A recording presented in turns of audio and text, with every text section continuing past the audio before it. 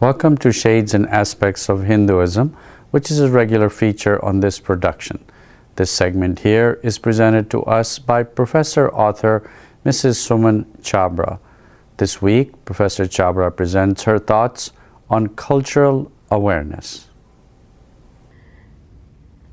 मेरे सभी दर्शकों को मेरा प्यार भरा नमस्कार। संस्कृति और सभ्यता। संस्कृति और सभ्यता में कोई विशेष अंतर नहीं है।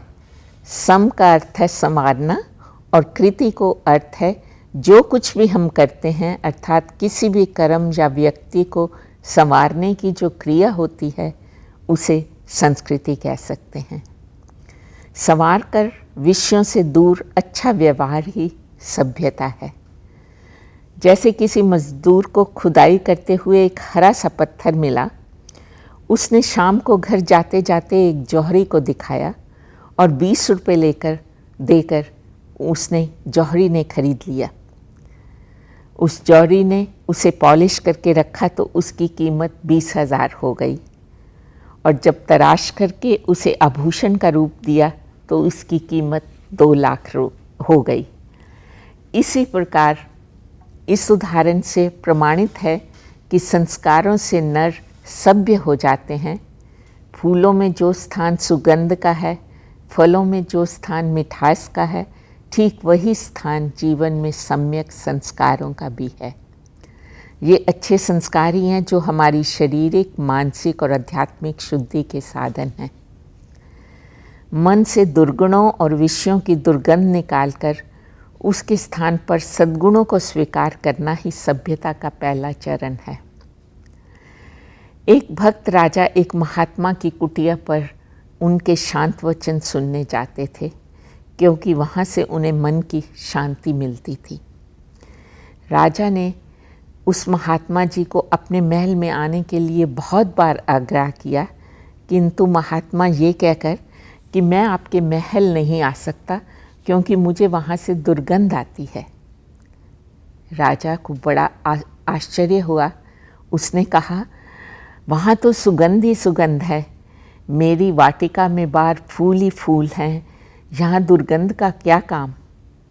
एक बार राजा महात्मा की कुटिया तक पहुँचाने गए और रास्ते में चमारों की बस्ती से निकले। वहाँ चमड़ा सूख रहा था। चमार हंस खेल रहे थे। दुर्गंध के मारे राजा की नाक फटने लगी और उत्तेजित हो कहने लगा, मैं तो महात्मा जी यहाँ एक क्षण भी रुक नहीं सकता। तब महात्मा जी ने हंसकर उसे समझाया कि मैं इस रास्ते तभी आया हूँ, यही हाल आपके राजमहल का भी है। विषयों, भोगों, दुर्वसनों में रहते रहते तुम्हारा अभ्यास हो गया है, इसलिए तुम्हें वहाँ दुर्गंध नहीं आती। इसी तरह इन चमारों को भी इन गीला चमड़ा सूखने की आदत सी हो गई है, इसलिए इन्हें यहाँ ही अच्छा लगता है। मुझे तो उन विषयों और प्रमादों से मेरा मन घबरा उठता है, इसीलिए मैं तुम्हारे महल के समीप भी नहीं आना चाहता। तब राजा को ये रहस्य समझ में आया कि एक सभ्य व्यक्ति ही विषयों और कामनाओं से रहित अपने कर्तव्यों और कर्मों को निभाता है। शुभ संस्कार सत्कर्म बनते हैं और अशुभ संस्कार हमारे असत कर्म बन जाते हैं।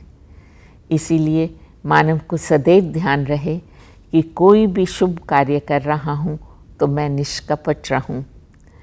जो कुछ भी बोलें वे निस्वार्थ भाव से। जो धन संचय करें वहाँ दान की भावना रखें। जो उपकार कर रहे हैं तो उनसे बदले में कोई आशा न रखें। हर कार्य सोच विचार कर करें, क्योंकि बिना विचारे जो करे सो पाछे पछताए। काम बिगाड़ा अपना जग में होत हसाए। जग में होत हसाए, मन में चैन न पाए।